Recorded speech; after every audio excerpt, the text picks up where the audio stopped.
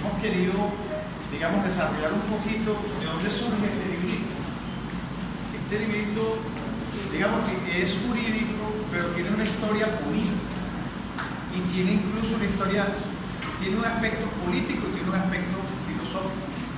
Porque, y aquí ya miramos el tema del narcotráfico, miramos el tema de la violencia política, y miramos el tema de la ineficiencia de la justicia, y miramos todo ese conservadurismo que venía de la Constitución del 86, y digamos todas las falencias que tenía la Constitución del 86, el tema de derechos, que no estaba a tono con la mayoría de las constituciones de posguerra.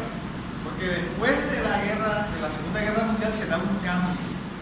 Se da un cambio desde el punto de vista jurídico, se da una reacción y surgen unas constituciones. Esas constituciones se dieron después del 40 y pico, en el 50 y pico, en la mayoría de los países. Y aquí nos llega en el año 91, es decir, aquí hay una cuestión que todo nos llega tarde. ¿Ya? Pero bueno, que tuvo unas transformaciones, que tuvo unos cambios. ¿Ya? Eso desde el punto de vista político, pero desde el punto de vista, digamos, ideológico también, y también desde el punto de vista, digamos, que político, aquí se plasman unas concepciones, aquí, y también desde el punto de vista económico, porque, por ejemplo, el tema del Electricaribe, que ahora que nos toca tanto el producto de eso, porque antes ese servicio público lo prestaba ¿quién? El Estado, pero esto se le pasó a los particulares, y la evaluación que nosotros hacemos ahora es complicada. Complicada porque decían que el Estado era ineficiente, que tal. Eso no es tan cierto. Tenemos las empresas públicas de Medellín que funcionan perfectamente. Ya, pero hasta Electricaribe, que es del Estado, y funciona mal. Y no funciona sin el Estado, porque lo que querían, bueno, vamos a dárselo a los particulares y que ellos vean cómo. Ya, pero es que Electricaribe no funciona sin el Estado. El Estado es el que le aporta las redes, la infraestructura, quien le subsidia la energía rural, quien le subsidia la energía social en los barrios desplazados. Entonces uno se hace la pregunta, bueno, ¿y para qué privatizamos? El tema de la salud, ¿cómo funciona? De más. Y no es un tema de plata, porque creo que plata hay, es un tema de las EPS, de cómo está administrado eso, cómo las EPS es un acto terrible que no ha tenido reacción y que nadie se hace responsable de eso y que nadie hace nada para solucionarlo, cómo las EPS han quebrado las IPS porque no les pagan. La plata está ahí pero no pagan y utilizan esa plata, como lo sabemos, con salud para crear, para otras cosas, para la verticalidad que está prohibida, y además para otras cosas como crear campos de golf, resort y corrupción, ya, porque la plata la hay, y sin embargo nosotros recibimos un mal servicio, y eso lo van a explicar. ¿Dónde están las niñas de la salud y la educación? Usted tiene la salud, usted va a explicar eso, cómo funciona mal, pero estoy hablando de los cambios que han habido acá. Bueno, pero eso lo van a explicar ustedes bien. Yo quiero aprovechar este espacio que dan ustedes porque no trajeron bien las exposiciones, para hablar un poquito de algunos artículos de la Constitución. Quiero empezar por el preámbulo y de hacerle, digamos, un comentario al preámbulo. Mira lo que dice el preámbulo. En ejercicio de su poder soberano, representado por sus delegatarios de la Asamblea Nacional Constituyente, invocando la protección de Dios y con el fin de fortalecer la unidad de la nación. Quiero quedarme ahí, en ese tema de la unidad de la nación, porque considero que eso hay que explicar. Está claro que el Estado debe ser unitario, y esa es la pelea, y digamos la dialéctica y la discusión y la contradicción entre la Constitución del 86 y las constituciones liberales de antes, que planteaban una especie de federalismo y que planteaban una especie de autonomía. Entonces la Constitución del 86 resuelve ese tema, que venían muchísimas guerras de liberalismo, y dice el Estado unitario, punto. Y después se dice que es un Estado unitario, pero pero descentralizado, y explican todo el tema de las clases de descentralización y de la desconcentración y de todo eso, pero el Estado es unitario. Ese tema no está en discusión, y con la Constitución del 86 el Estado sigue siendo unitario. Aquí lo que estamos hablando es de la unidad de la nación. ¿Qué es la nación? Empecemos por ahí por decir qué es nación. Nación es un grupo de personas, ¿ya? Un grupo de personas que está vinculado por lengua, ¿ya? Por religión y por costumbres. Ya, desde el punto de vista sociológico, nación es eso. Un grupo de personas que tienen una lengua común, que tienen una religión común y que tienen unas costumbres. Entonces, si nosotros analizamos ese concepto de nación, encontramos que en el país, que en Colombia hay muchas naciones. No somos nosotros, los que estamos aquí mestizos. Ya, por ejemplo, los aruacos son una nación, los guayús son una nación, los emberras son una nación, los yupas son una nación, los coquis son una nación, es decir, los palenqueros son una nación. Entonces, ¿qué pasa? Aquí en Colombia hay una cantidad de naciones, y plantear la unidad de la nación es un tema complicado y digamos contravidente. Por eso también claro que aquí no podemos plantear la unidad de la nación, entre otras cosas porque el desarrollo mismo de la Constitución es pluralista y va en contra de ese concepto de unidad de la nación. Por eso también la Constitución prevé de que el libre desarrollo de la personalidad y subsiguiente también nos muestra de que podemos tener pluralidad de cultura y de religión. Toda la Constitución plantea eso, entonces es complicado decir unidad de la nación. Ahora, quiero referirme a eso. O sea, eso no es un concepto, digamos, baladí, sin peso, banal. Eso es un concepto fuerte. Mire, la mayoría de los problemas la mayoría de los conflictos del mundo son problemas de nación. Uno cree que eso, no, pero es que eso es una cosa semántica ahí, de unidad de la nación, y que estamos diciendo, no, eso es un tema central. Central hasta el punto que los hombres se matan por eso, que la violencia que hay en el mundo está basada o tiene como presupuesto problemas de nación. Y los invito a que miremos los conflictos. Empecemos por un conflicto muy conocido, el de Palestina. El de Palestina con los judíos o con los israelitas. ¿Qué pasó? Y había una tierra ahí, sucedió algo en Europa horrible, que es el antisemitismo, y que llegó al culmen con Hitler, que quiso exterminar a los judíos industrialmente con hornos, y que eso es precisamente todo eso que pasó, tuvo como respuesta todas las constituciones nuevas y todo un cambio en el derecho. Todo eso que sucedió en Europa tuvo una consecuencia allí en el Medio Oriente. ¿Por qué? Porque finalmente se les consiguió un Estado de Israel, pero se les puso un Estado donde había otro pueblo. Y ellos llegaron con el apoyo de las potencias, ¿ya? Y miren el conflicto que se formó por Jerusalén.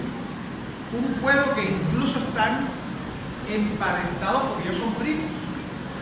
Los judíos y los palestinos son primos, como parte de los profetas. Parte de la Biblia también es de ellos. Hay una diferencia con Alá, pero Jesucristo también es un profeta de ellos. Ya, Abraham también es de ellos. Ya, y sin embargo, miren el conflicto tan grande que hay. Es un problema de religión. ¿Ya? Es un problema de nación, el problema palestino y israelí, que no lo voy a detallar ahorita, pero que ustedes lo conocen bien y que está ahí vivo y es complicado. ¿Cuál es el problema que hay en Siria? El problema de nación, la Gran Arabia, y están metidos ahí. Hezbollah, que es de Líbano. El Líbano viene de un conflicto grandísimo después de ser muy próspero. El Líbano tenía mayoría cristiana. Ya dentro de los musulmanes hay un pueblo que tenía mayoría cristiana, que son ahí el Líbano, y tuvo un conflicto enorme, grandísimo, pero el Líbano ahorita está metido en Siria con una guerrilla que se llama Hezbollah, pero están los kurdos que están allá, y los kurdos están en 4 estados. Están en Turquía, están en Irak, están en Rusia, están perdón, están en Irak, Irán, Turquía y Siria. Los kurdos están allá arriba y somos protagonistas del conflicto en Siria. Están los sunitas, ¿ya? Que es una rama de los musulmanes. Están los chiitas y están los sunitas. La mayoría son los sunitas. Los sunitas son seculares, es decir, entienden que hay una separación entre gobierno y religión. Los chiitas no, tienen una teocracia y se dio una revolución islámica en Irán con los chiitas y se montó el Ayatollah Khomeini, y está Irán, que son los chiitas, pero son una minoría, la mayoría son los sunitas. Eso viene por una diferencia con la sucesión de Mahoma y con la Sunna. Por eso no se llama, eso es un agregado que se le hace al Corán. Entonces, por eso unos son sunitas y los otros son chiitas. Así como Los chiitas son verdaderos parientes de Mahoma, mientras que los sunitas no son parientes de Mahoma, pero que se da un lío por la sucesión y por el agregado que se le hace al Corán por las Sunnas. Sí. así como decir el Viejo y Nuevo Testamento. El Viejo Testamento y el Nuevo fue una agregación al Viejo Testamento. Ahí sí, ahí se puede decir, pero que es un agregado que se le hace, y el tema de las califas, que son los sucesores de Mahoma. Entonces, ahí, por lo que pasó históricamente, hoy hay una diferencia entre chiitas y sunitas. Entonces, ese es un problema claramente de nación que usted lo mira, por ejemplo, en todas partes. Que lo mira en todas partes, incluso en África y tal. Bueno, miremos otro problema de nación que también se dio con los católicos en Irlanda. Problema de nación. Con los católicos en Irlanda. Otro problema de nación. ¿Quién más me ayuda? Libia. Sudáfrica, problema de nación. Los negros, el apartheid. Una república independiente de Lesoto, que está en el interior de Sudáfrica. Esos fueron los únicos que se opusieron a que fuera como a la libertad o a recibir. Pero es un problema de nación. Bueno, Corea. sí. Los coreanos son coreanos. Bueno, es un problema político.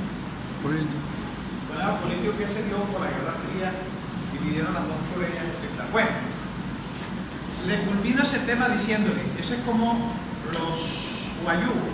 Los Wayuu están en dos estados, están entre Colombia y Venezuela. Ellos circulan por ahí sin que les pidan pasaporte. ¿Por qué? Porque será una nación de ellos, con un territorio. Y después, lo que sucedió después, se los dividieron. Pero ellos cómo entienden eso.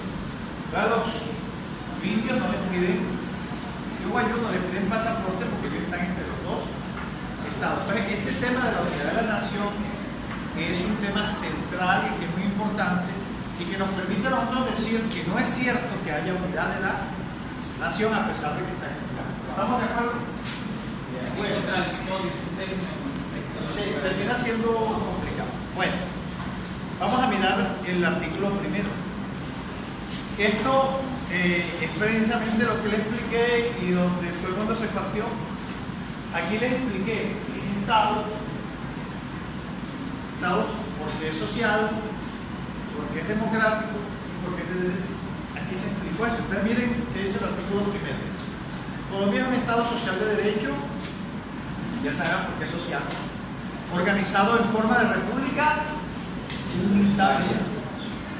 Unitaria, lo que le acabo de decir, eso viene de la Constitución del 86. Aquí no triunfó el liberalismo radical no triunfó el federalismo, ya aquí triunfó Caro con Rafael Núñez, ya esa fue el conservadurismo, fue lo que triunfó aquí, la Constitución del 86, y por eso se dio una república unitaria. México es federal, Venezuela es federal, Argentina es federal. La verdad, los países son federales. Este es un país unitario. Si este fuera un país federal, entonces esta fuera el país del Cesar. Y entonces Estados Unidos es una federación que es Colombia, pero aquí tendríamos la asamblea sería el Congreso del Cesar. Y aquí tendríamos nuestras propias autoridades y hay más autonomía en un federalismo que en un centralismo. Aquí nosotros somos centralistas.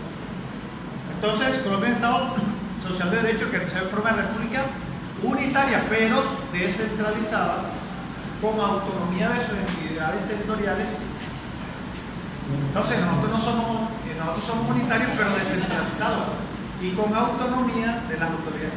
Pero lo que vemos es un olvido y unas brechas entre el Triángulo de Oro, que es Medellín, Cali, Bogotá, donde se concentran todos los privilegios, donde están todos los derechos, ya donde ellos tienen el dinero, donde tienen la mayoría de las obras, donde están las mejores universidades, donde se mueve el poder, donde se toman las decisiones, mientras que aquí en la costa está el olvido grande. Por ejemplo, yo no sé cómo se refleja el Cesar en el plan de desarrollo. Ya, no hay mega obras. ¿Qué hay ahí? Nada. Barranquilla está mejor que nosotros. Barranquilla, ya, bueno, el TLC, el no sé qué, pero digo yo, hay un olvido con el Cesar grandísimo. No me hable de La Guajira, no me hable de Chocó, no me hable de Arauca. Hay unas brechas grandes porque no nos estamos desarrollando de manera uniforme, igualitaria, sino por ese centralismo que hay tan bárbaro que los cachacos creen que es una finca de ellos y ellos deciden cómo se maneja esto.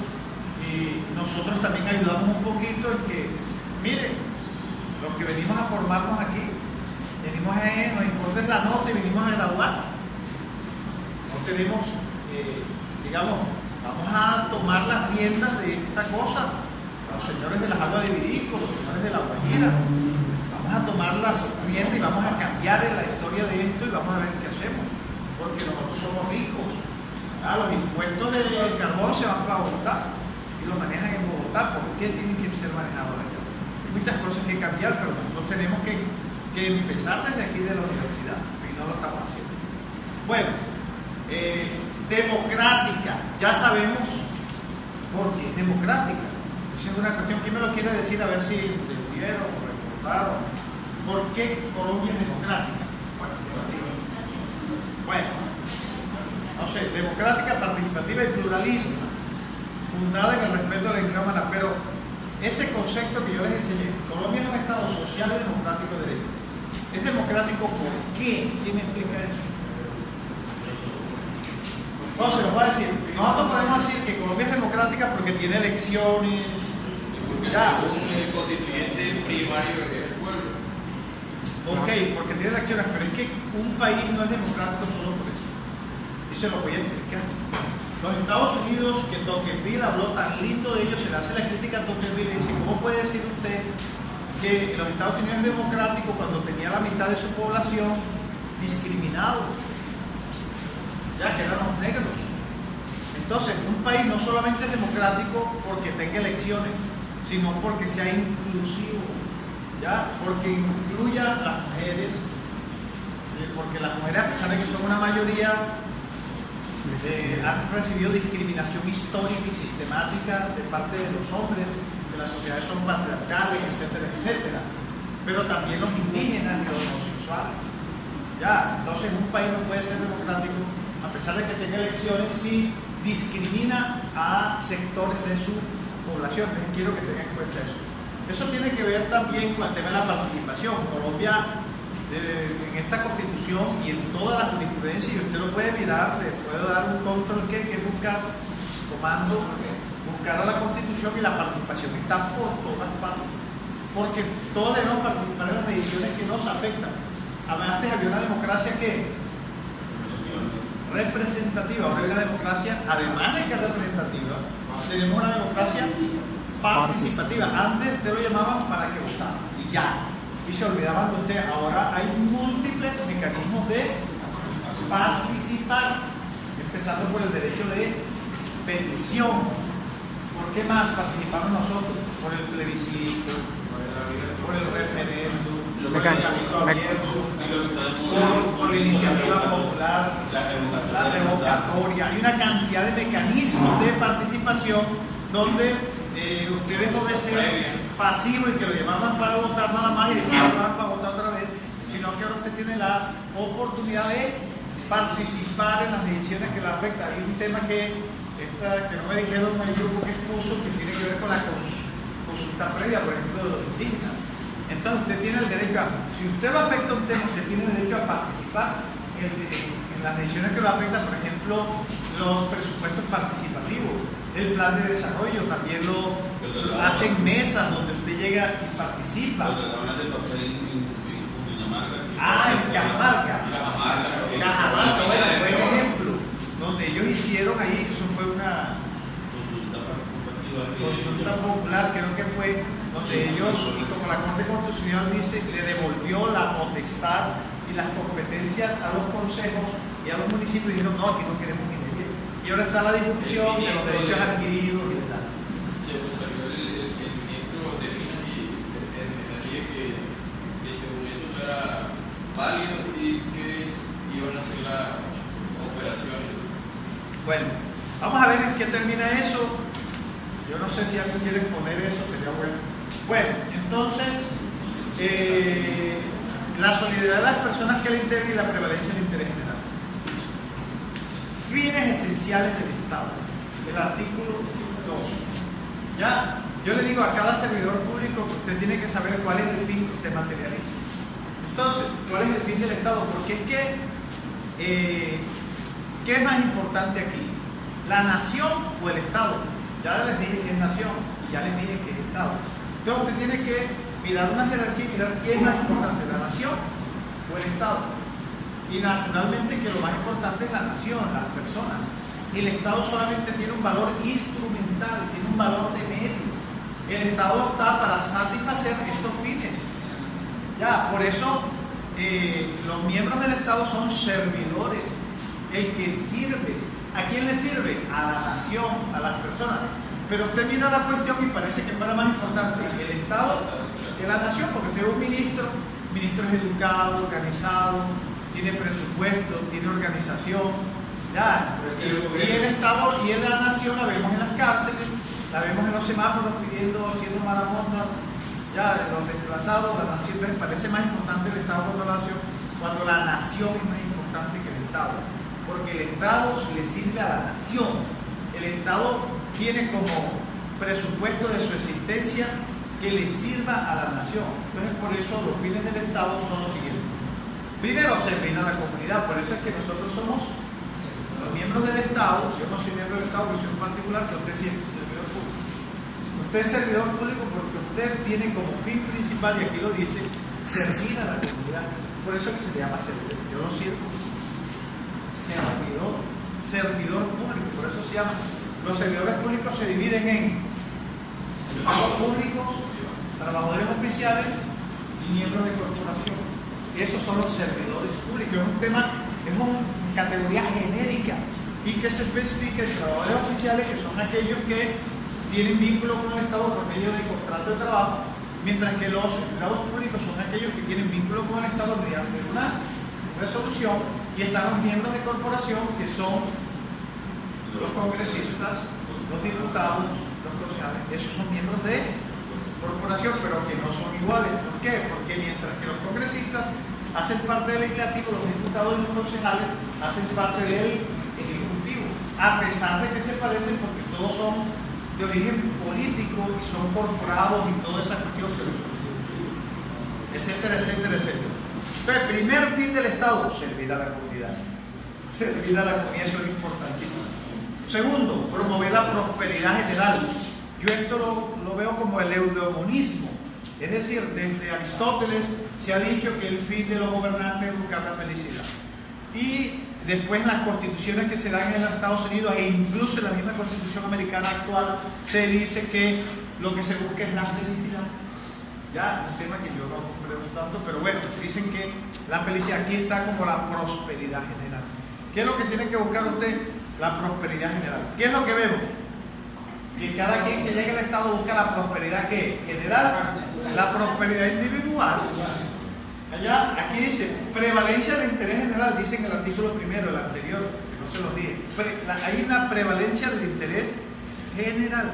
Pero aquí lo que vemos es que la mayoría de los gobernantes buscan la prosperidad individual. Entonces usted ve, por ejemplo, alcaldes aquí que llegan vaciados, ya, y cuando ven, ya son otra cosa. Oye, les cambia el estatus. O sea, ¿cómo le va a cambiar el estatus? Un alcalde, ¿cuánto se gana un alcalde? Ya, usted por sueldo, usted no le... Bueno, le puede cambiar el estatus en cierta forma relativa, pero es que se los cambia radicalmente. Ser alcalde no ser alcalde, a ser alcalde cuando lo ve, bárbaro. Por ejemplo, en Soledad Atlántica, debe un alcalde, ya debe un estatus económico y cuando ya deja de ser alcalde, Dios, te lo mira antes así. Y cuando ya lo... Oye, entonces este tipo lo que buscó fue su prosperidad individual. ¿Qué dice? No, por lo de las aguas. Bueno, las aguas de Virico, un buen ejemplo. Entonces, ¿qué es lo que debe buscar el gobernante? La prosperidad general. Todos sus actos deben redundar en que debe facilitarles a las personas un progreso económico, un progreso cultural, un progreso educativo, un progreso en todo sentido, pero bueno, que se llama como prosperidad.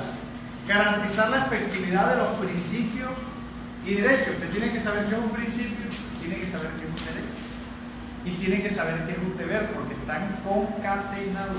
Entre otras cosas, los derechos no son efectivos si no hay deberes, porque usted puede tener el derecho de ser morado, ¿ya? Pero nosotros correlativamente tenemos el deber de respetar el derecho que usted tiene sobre eso.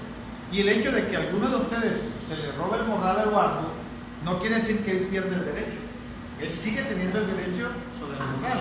Y es lo que le permite recuperarlo cuando capturemos a la persona y le quitemos el morral, le decimos de quién es este morral y llegue Eduardo, no, ese morral es mío, porque usted conserva su derecho sobre ese moral. Ahora, los derechos son de las personas, los poderes son del Estado. El Estado no tiene derechos, el Estado tiene facultades, tiene poderes. Me estoy explicando. Y los derechos, ya ustedes lo explicaron, que son inalienables, que son naturales y que todo este cuento está aquí, el artículo 5, que los derechos nacen con usted, que se los pueden restringir, pero que no se los pueden quitar, porque los derechos son suyos, no se los da el Estado, son prejurídicos, son ontológicos, son naturales. Son inherentes a la condición humana. Okay. Y aquí hay unos principios que son unos valores, ya que tienen valor normativo y que jerárquicamente pesan en la Constitución como prácticamente lo primero, los principios. Y que antes en la Constitución del 86 no tenían valor normativo y que ahora sí tienen valor normativo, que tienen que ver con la axiología. Bueno,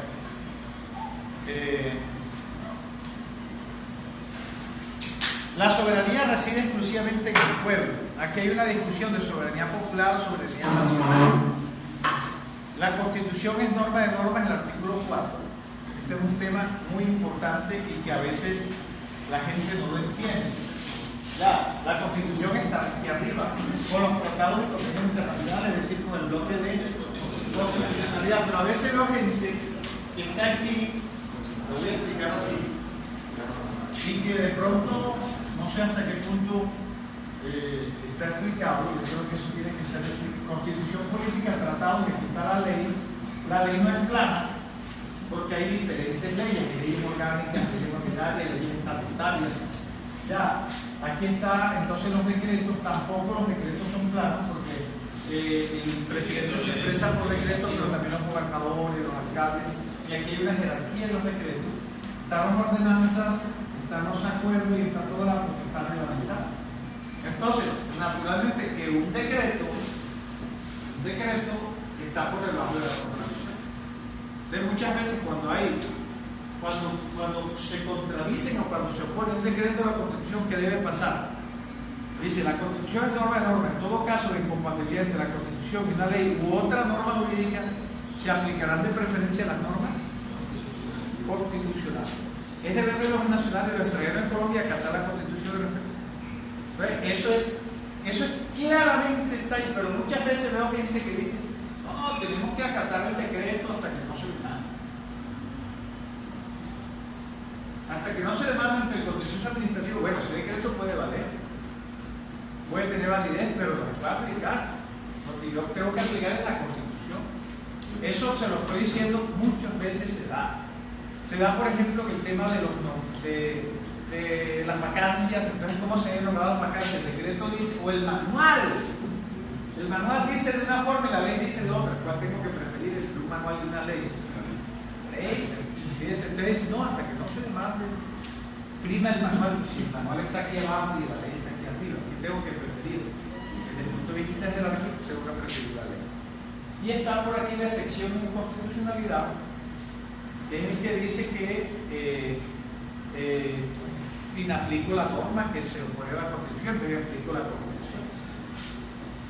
Bueno, aquí el artículo 5 es el que yo le digo de los derechos naturales. Dice que el Estado reconoce, ¿qué quiere decir reconoce? Que acepta que hay unos derechos, que esos derechos son primeros que él, y que están antes que él, y que están por encima de él. Entonces, esos derechos yo los tengo por el hecho de ser persona. Y esos derechos pesan tanto que es lo primero que hay aquí. Ya nuestros derechos son los primeros. Lo primero aquí no es el Estado, lo primero son nuestros derechos. Entonces, nuestros derechos son naturales, son ontológicos, son primeros y son cartas negativas del Estado.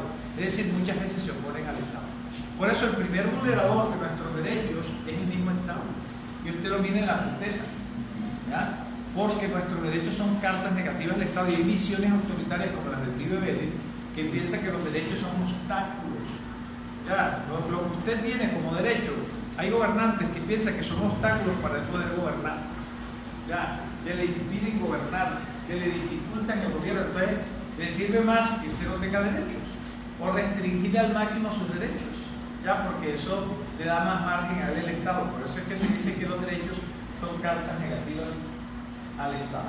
Entonces, primero, el Estado, primero los derechos son naturales y segundo son lo primero que hay un Estado que se surge aquí del artículo 5 de la Constitución. Entonces, los particulares solo son responsables ante la autoridad por infringir la Constitución y la ley. Los servidores públicos son por la misma causa, porque por infringir la Constitución y la ley, pero además por omisión o esta limitación de función. Hay que decir que los particulares tienen un régimen de libertad, mientras que los servidores públicos tienen un régimen distinto y opuesto al de la libertad, porque mientras que los particulares pueden hacer todo lo que no está prohibido, los servidores públicos tienen que hacer solamente lo que les está permitido. Es decir, tienen una actividad reglada. Usted como particular dice, ¿usted por qué hizo eso? ¿Está prohibido en alguna parte? No, no está prohibido, yo lo hice, pero no está prohibido en ninguna parte. Mientras que un funcionario público hace algo, usted dice, ¿usted por qué hizo algo? No, porque está en la Constitución, artículo tal, o está en tal manual, o está en tal estatuto, o está en tal reglamento. O sea, tiene una actividad reglada. No tiene un régimen de libertad, mientras que los particulares sí tenemos un régimen de libertad. Estoy explicando. Y es distinto, pero sin embargo los servidores públicos parecen más importantes y parecen más libres que todo el mundo. Pero no es así. O por lo menos no debería ser así. Entonces, por eso acá. Entonces, reconoce y protege la diversidad étnica y cultural de la nación. ¿Ves cómo va a haber unidad de la nación? Si aquí hay diversidad étnica,